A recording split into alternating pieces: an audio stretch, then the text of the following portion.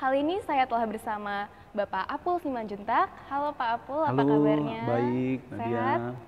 Pak Apul, kita Ya. satu jemaat kan? Ya, betul, Tapi Nadia. saya yakin nggak semua yang ada di jemaat Menteng tahu tentang cerita kehidupan Pak Ya, Apul. betul. Nah, Saya merantau dari Lampung tahun 2006 lah, 2006-2007.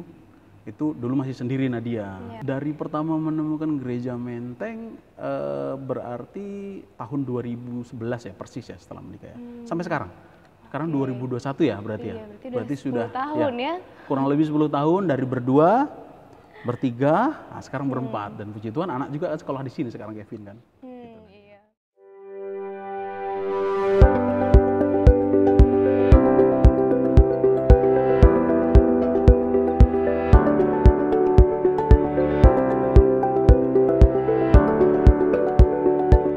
Nah, mendengar cerita kehidupan Pak Apul nih sepertinya banyak sekali tantangan yang dihadapi tentunya kan, Ya. apalagi merantau Ya. jauh dari jauh dan nggak punya siapa-siapa Ya, juga di betul, Jakarta kan. betul. Nah, kira-kira ada nggak sih pengalaman iman yang tidak terlupakan yang pernah terjadi dalam kehidupan Pak Apul, baik Ya. secara pribadi ataupun keluarga? Ya, jadi kalau kita berbicara tentang perjalanan hidup Nadia, sebagai kita sebagai orang beriman, tentunya kita tidak pernah melepaskan diri ya, bahwa setiap perjalanan kehidupan kita itu Tuhan sudah rencanakan kan.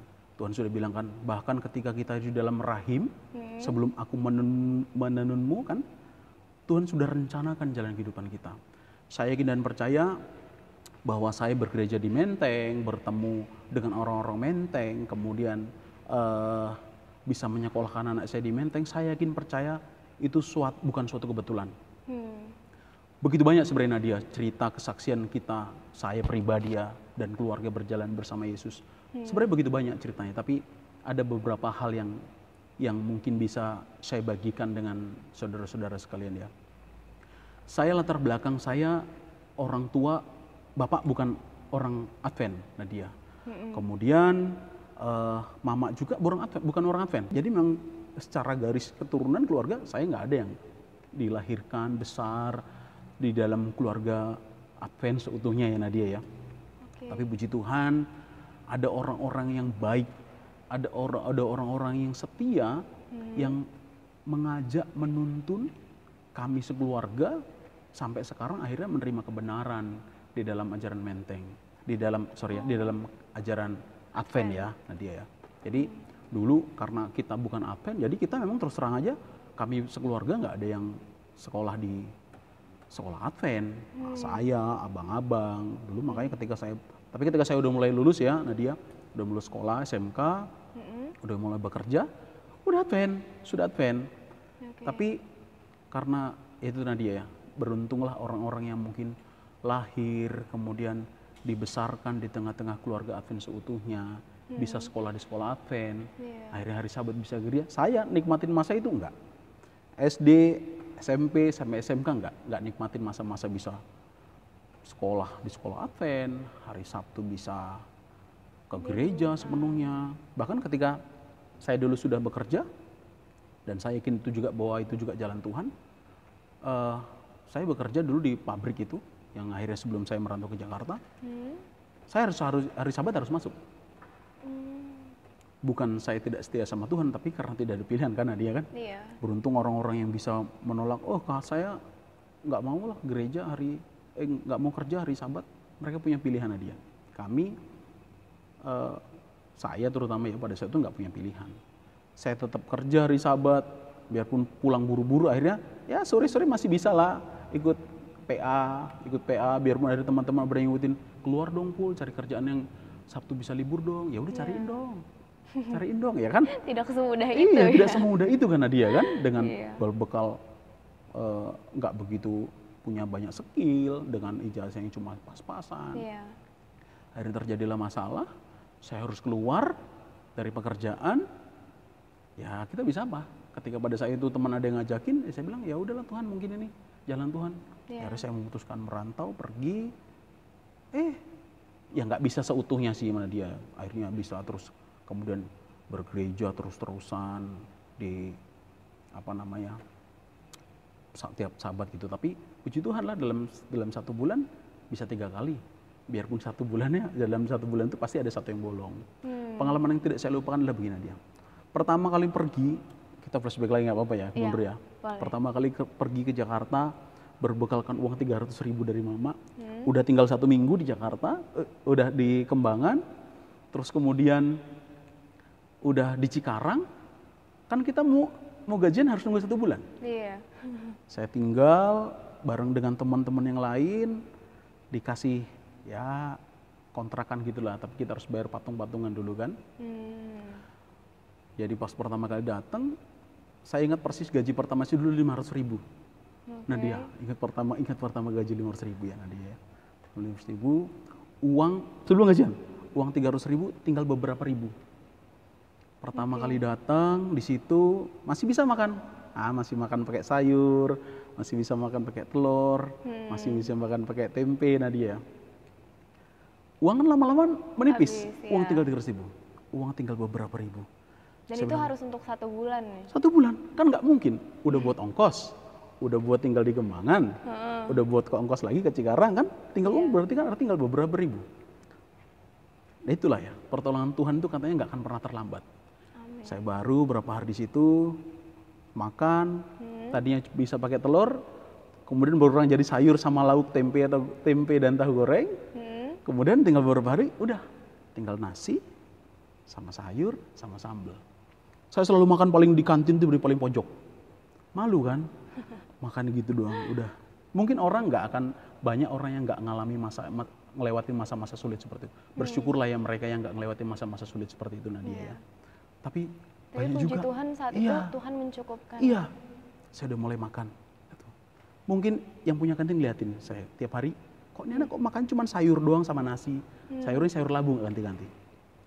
Ketika saya di paling sudut, si ibu kantin datang. Deketin saya. Terus kemudian datang dia. Dengan polosnya nanya, Mas baru ya? Saya bilang, iya Bu, dari mana? Saya bilang dari Lampung. Kok makannya gitu doang? Malu kan ya ada dia ya kita ya. Kita malu. Kita orang timur pasti adalah rasa segan kita, rasa enggan kita kan ya. Ya nggak apa-apa Bu, uangnya udah habis. Ya karena keadaan terpaksa ya bilang, iya Bu uangnya tinggal beberapa lagi sih. Kalau mau makan di sini makan aja nggak apa-apa.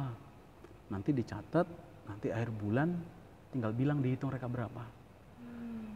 Seperti kita di tengah gurun dapat siraman air Nadia. Rasanya seperti itu pada waktu itu. Karena kita sudah bergumul tiap hari. Ya ampun Tuhan, uangku tinggal segini. Puluhan ribu bukan ratusan ribu. Tinggal puluhan ribu. Gimana mau hidup sebulan lagi? Gimana mau hidup sebulan lagi? Gimana Tuhan? Malu-malu kita kan mau cerita sama orang, mau pinjem. Malu kita baru kenal. Dan belum tentu orang percaya. Kita baru kenal, tiba-tiba datang, nanti pinjam uang dong. Orang pasti nggak percaya dari mana nih orang. Biar kita nggak punya niat jahat ya Nadia, tapi kan orang pasti akan lebih hati-hati kan. Itulah pengalaman itulah ketika kita udah bener-bener seperti udah di ujung tebing lah, tinggal jatuhnya aja kan. Tuhan menolong nggak serta-merta dengan malaikat yang datang. Ada orang-orang yang Tuhan tunjuk, Tuhan antarkan sampai depan kita buat jadi penolong kita. Dan sampai sekarang saya yakin percaya itu akan terjadi terus dalam kehidupan kita. Luar biasa. Itu Nadia, salah satu pengalaman yang berkesan ya Nadia, karena memang pada saat itu pertolongan Tuhan seperti itulah yang sungguh kita butuhkan gitu kan Nadia kan. Iya. Gitu. Luar biasa ya pengalaman hidupnya semakin menguatkan iman Pak Amin, Apul. amin. Oke, Pak Apul kan sudah 10 tahun nih di betul. Jemaat Menteng. Betul. Sekarang pelayanan apa sih yang dipercayakan kepada Pak Apul di Jemaat Menteng? Ya. Dan bagaimana perasaan Pak Apul bisa melayani di Jemaat Menteng? Ya betul Nadia. Bergereja di Menteng ya Nadia, bergereja dengan gereja sebesar ini, bermimpi pun enggak kan ya? Merantau ke Jakarta berharap pun enggak kan, maksudnya kan ya, Nadia. Apalagi jadi bagian pelayanan dalam gereja sebesar ini. Ya, kalau ngelihat bandingan dengan gereja kami di kampung ya mungkin hanya beberapa bagiannya, mungkin 1/5 atau bahkan 1/6-nya aja kan gereja kami di kampung, karena boro-boro ada AC. Kipas satu di tengah-tengah gantung kan. Gerejanya kecil, dengan bangunan ya ala kadarnya. Kemudian bergereja di Menteng sekarang diberikan kesempatan, diberikan kepercayaan oleh majelis menjadi pelayan. Saya saat ini ditunjuk sebagai diakon ya, sebagai diakon, bahkan sebagai wakil ketua diakon ya pada saat ini Nadia. Itu satu berkat, satu sukacita yang apa ya, yang sebenarnya bermimpi pun enggak kan ya Nadia ya. Gereja sebesar ini. Kita pasti ngerasa kecil kan, apalagi saya orang dari kampung. Terus dengan orang-orang yang hebat-hebat di sini kan, dengan kemampuan yang luar biasa jadi pelayan, jadi sini satu kebahagiaan yang besar ya Nadia, satu sukacita yang besar ya, nggak termimpikan seperti gitu kan. Iya. Pak Apul, kita udah ngobrol panjang lebar nih. Betul. Nah, dari kehidupan Pak Apul, kira-kira ada nggak sih pesan rohani yang ingin Pak Apul bagikan kepada semua yang menyaksikan di sini untuk dapat menguatkan iman kita? Baik, mungkin pesan yang ingin saya sampaikan kepada para pemirsa dan pendengar ini buat kita semua yang mendengarkan kisah kasih Yesus di dalam hidupku. Ketika kita sudah memutuskan mengikut Tuhan, sebaiknya kita tutup mata kita pegang erat tangan Tuhan, dan kita berjalan bersama Tuhan. Gak usah pedulikan apapun yang ada di depan kita. Ketika kita pegang erat tangan Tuhan dan kita tutup mata kita yakin dan percaya bahwa Tuhan pasti akan bersama kita sampai penghujung Maranatha nanti. Itu mungkin tutupnya Nadia. Puji Tuhan. Pak Apul, saya sangat merasa terberkati dengan obrolan kita kali ini. Nadia, sama-sama. Dan saya yakin dan percaya semua yang menyaksikan juga turut merasa terberkati melalui cerita kisah kasih Yesus dalam kehidupan Pak Apul. Amin. Nah, dari kehidupan Pak Apul ada 2 pelajaran nih yang bisa saya ambil. Yang pertama adalah doa dan penyerahan kepada Tuhan itu nyata ya kuasanya Pak Apul. Amin. Dan yang kedua, Tuhan tidak akan pernah meninggalkan umat-umatnya apabila umat-umatnya mau berserah sepenuhnya dan bergantung sepenuhnya kepada Tuhan, seperti bagaimana Tuhan memelihara kehidupan Pak Apul ya. Haleluya, amin. Pak Apul, Nadia. Tidak terasa waktu kita sudah habis dan betul. Kita sudah ada di penghujung acara. Terima kasih Pak Apul sudah meluangkan waktunya. Terima kasih kembali Nadia, Tuhan berkati. Dan juga kepada semua yang sudah menyaksikan program Kisah Kasih Yesus di Dalam Hidupku. Sampai jumpa lagi di kesempatan selanjutnya. Tuhan Yesus memberkati. Tuhan memberkati Shalom. Kita semua. Shalom. Tuhan berkati.